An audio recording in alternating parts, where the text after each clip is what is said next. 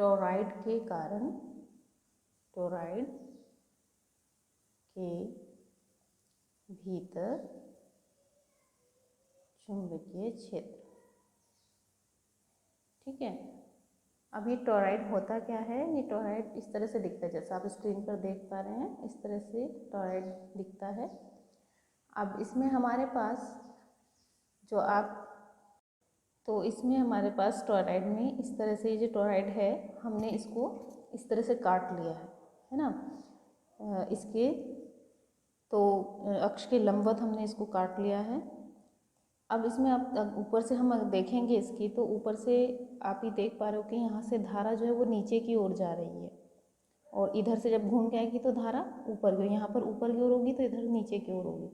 तो धारा की दिशा को ये प्रदर्शित किया गया है कि इस वाले यहाँ पर जो किनारे पर है धारा नीचे की ओर जाएगी, जो इस पर तार लपेटे हुए हैं, तार में धारा जो बाहर यहाँ पर है इस तरफ नीचे की ओर जाएगी, और अंदर से जब तार आएगी तो धारा ऊपर की ओर आएगी। तो ये क्रोड के ऊपर, ये परिनालिका के ऊपर जो है तार को बहुत पास पास लपेटा हुआ होता है इसमें। तो हमें ये टॉरॉइड हो गया, अब हमें इसके कारण चुंबकीय क्षेत्र ज्ञात करना है। तो यहाँ पर मान लीजिए बिंदु P है जहाँ पर हमें चुंबकीय क्षेत्र ज्ञात करना है, इसके अंदर ये बिंदु P है, और इसकी ये केंद्र O से जो दूरी है वो मान लीजिए R है। तो हम क्या करेंगे, बिल्कुल उसी तरह से ही R त्रिज्या का एम्पियर लूप हम इसमें बना लेंगे। ये R त्रिज्या का एम्पियर लूप हमने बना लिया है। तो अब यहाँ पर हमारे पास हमको करना क्या है, हमें एम्पियर का परिपथीय नियम लगाना है, और एम्पियर का परिपथीय नियम लगा करके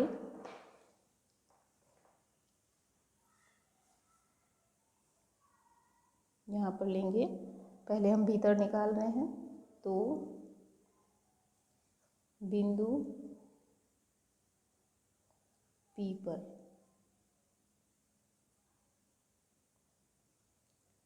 चुंबकीय क्षेत्र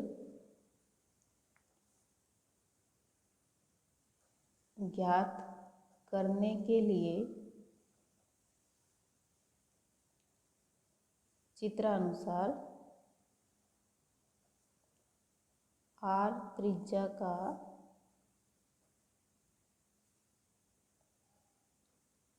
बिंदु P से गुजरने वाला एम्पियर लूप बनाते हैं, तब एम्पियर के परिपथीय नियम से, अब एम्पियर का परिपथीय नियम यूज़ हमें करना, और एम्पियर के परिपथीय नियम के अनुसार क्या है, integration of B dot dl equals to mu 0 I, जहाँ पर I क्या है, ये I जो है वो संपूर्ण धारा है जो लूप के अंदर घिरी हुई है। ठीक है, तो यहाँ पर हमारे पास हमने माना है कि यहाँ पर, इसको कैपिटल I कह देते हैं, ये I धारा जो है इसमें प्रवाहित हो रही है। तो हम लेते हैं यहाँ पर इंटीग्रेशन, इसका इंटीग्रेशन करेंगे B dl कोस थीटा, इन दोनों के बीच जो है थीटा कितना होगा। अब देखिए यहाँ पर हम लूप ले रहे हैं, तो जो चुंबकीय क्षेत्र की दिशा होगी यहाँ पर वो क्या होगी, इसकी स्पर्श रेखा होगी, क्योंकि ये धारा की दिशा यहाँ पर ऊपर की ओर है, धारा की दिशा ऊपर की ओर है, और ये dl या लूप में हमने जो अवयव लिया है dl हो गया, तो इसके कारण जो चुंबकीय क्षेत्र की दिशा होगी वो भी इसी दिशा में होगी। ठीक है, ये हम किससे निकाल सकते हैं, दाएं हाथ की हथेली के नियम नंबर 1 से। तो हमारे पास देखिए इसमें ये धारा हो गई जो ऊपर की ओर होगी, ऊपर की तरफ धारा हो गई, तो चुंबकीय क्षेत्र की दिशा क्या होगी, इस तरह से हथेली के लंबवत धक्का देने की दिशा में, यानी यही अवयव की दिशा हुई और यही चुंबकीय क्षेत्र की दिशा हुई। तो यहाँ पर थीटा हो गया 0, तो cos 0, B D L cos 0 यहाँ पर लिखेंगे क्योंकि theta equals to 0 equals to mu 0 I. I क्या है? आई है संपूर्ण धारा। अब यहाँ पर ये लीजिए, अभी हम इसको करेंगे तो ये हो गया B D L equals to mu 0 I. इसे मान लेते हैं हम इक्वेशन फर्स्ट। जो आई जो है ये इस लूप के अंतर्गत जितनी धारा है, घिरी हुई धारा है, वो हमें निकालनी है। अब हम यहाँ पर अलग से लेके चलते हैं कि माना जो वृत्तीय पथ है, जो इसका ये वाला जो वृत्तीय पथ है, इसकी वृत्तीय पथ की जो प्रति एकांक लंबाई में फेरों की संख्या स्मॉल n है। ठीक है, तो ये कितनी लंबाई में? एकांक लंबाई में फेरों की संख्या है। अब इस परिपथ की जो एम्पियर लूप हमने लिया है, इसकी टोटल लंबाई कितनी होगी? इसकी टोटल लंबाई होगी इस वृत्त की त्रिज्या के बराबर। तो टोटल लंबाई कितनी हो जाएगी? वृत्तीय पथ की परिधि या टोटल लंबाई कितनी हो जाएगी? त्रिज्या है r, तो ये हो जाएगी 2 पाई r। अब एकांक लंबाई में फेरों की संख्या n, तो पूरी परिधि में यानी पूरे इस लूप में टोटल फेरों की संख्या कितनी हो जाएगी? तो कुल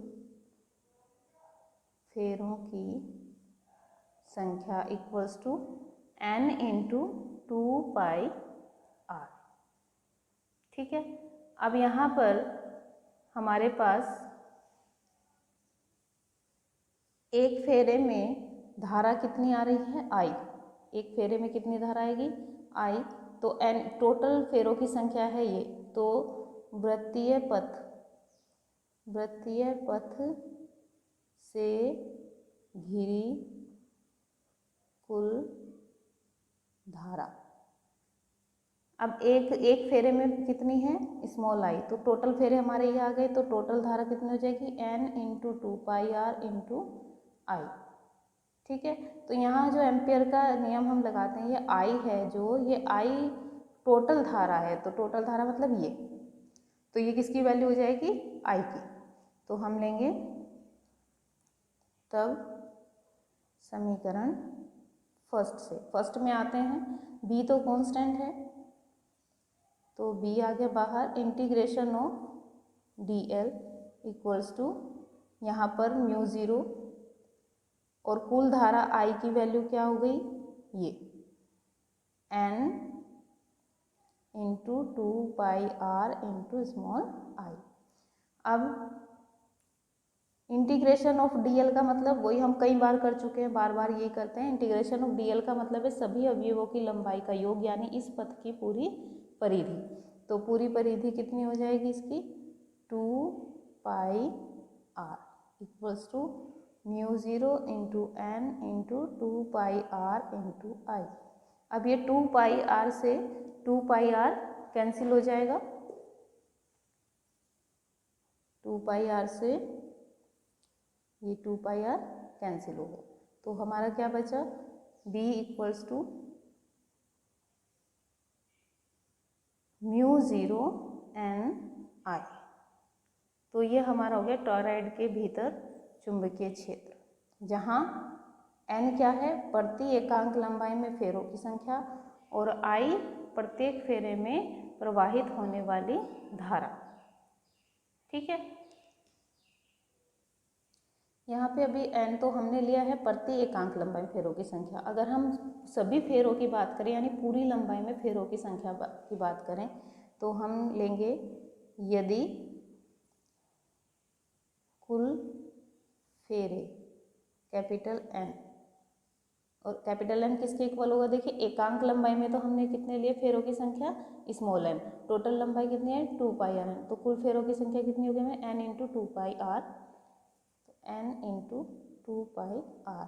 तो यहाँ से स्मॉल n इक्वल टू हो जाएगा n कैपिटल N, ये 2 पाई r इधर चला जाएगा, 2πr अपॉन में, है ना। तो हम स्मॉल n की जगह ये वाली वैल्यू अगर रख देंगे तो b इक्वल्स टू हो जाएगा μ0 कैपिटल Ni अपॉन 2πr। ये क्या हुआ हमारे, ये इसमें हमारे पास आ गया सभी फेरों की संख्या, यानी टोटल जितने फेरे टॉयराइड में हैं उन सब की संख्या हमारी आ गई। ठीक है, तो ये हो गया हमारा एक फॉर्मूला, ये हो गया। इसमें हमने प्रत्येकांक लंबाई के फेरों की संख्या ली है और इसमें टोटल फेरों की संख्या ली है। तो ये तो रही हमारे पास टॉयराइड के अंदर, यहाँ पर चुंबकीय क्षेत्र की दिशा, चुंबकीय क्षेत्र कितना निकलेगा। ठीक है, अब हम निकालते हैं कि इसके बाहर, यानी यहाँ पर अगर हमें चुंबकीय क्षेत्र ज्ञात करना हो, या यहाँ पर ले लेते हैं पहले। ये हमारा हो गया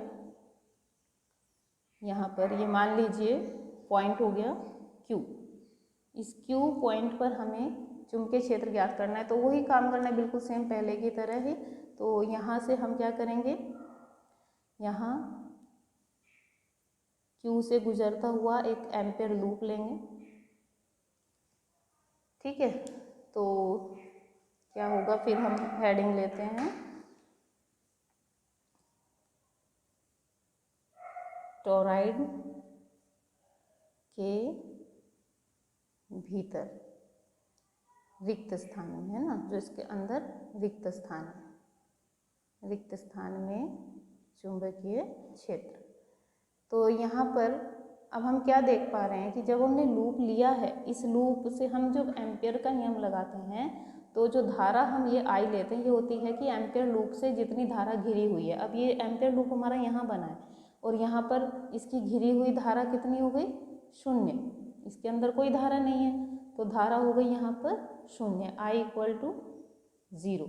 तो जब I इक्वल टू 0 हो जाएगा तो चुंबकीय क्षेत्र B dot dl equals to μ0I, यानी ये हो गया 0 क्योंकि यहाँ पर कोई धारा घिरी हुई नहीं है, तो I इक्वल टू 0 हो गया।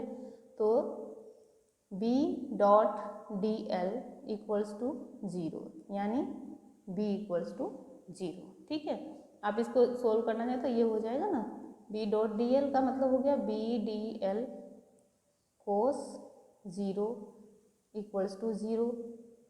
ठीक है, इसके बाद B बाहर आ गया और कोस 0 की वैल्यू 1 हो गई, तो यहाँ से ये हो गया B integration dl equal to 0। अब dl इंटीग्रेशन dl तो 0 नहीं हो सकता, है ना, टोटल लंबाई तो 0 नहीं हो सकती, इसका मतलब कौन 0 है, B 0 है।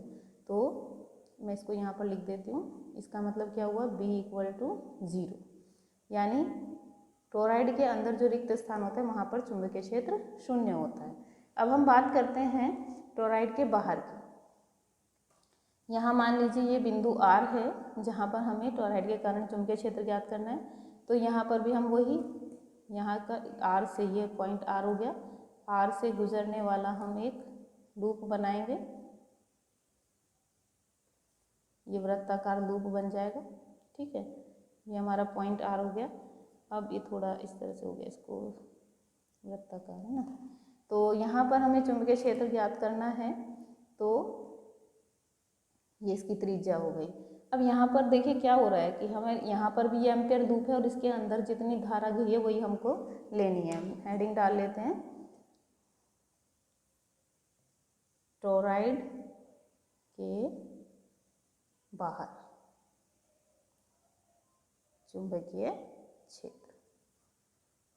ठीक है, तो अब टॉरॉइड के बाहर बिंदु R पर हम चुंबकीय क्षेत्र ज्ञात कर रहे हैं। तो इस ये लूप बना है हमारा, एम्पियर लूप ये बना है और इसके अंदर जितनी धारा है वो सारी धारा हमको लेनी होगी, यानी integration B dot dl equals to μ0I। अब I यहाँ पर क्या करेगा, देखिए यहाँ पर हम देख पा रहे हैं कि जितनी धारा कागज के तल के लंबवत ऊपर की ओर आ रही है उतनी ही धारा कागज के तल के लंबवत नीचे की ओर जाएगी, यानी हर एक तरफ ये जो धाराएं हैं, टोटल धारा जो, जैसे इसको माने और इसको माने, जितनी धारा ऊपर आई उतनी धारा नीचे चली गई, तो ये एक दूसरे के प्रभाव को कैंसिल कर देंगे।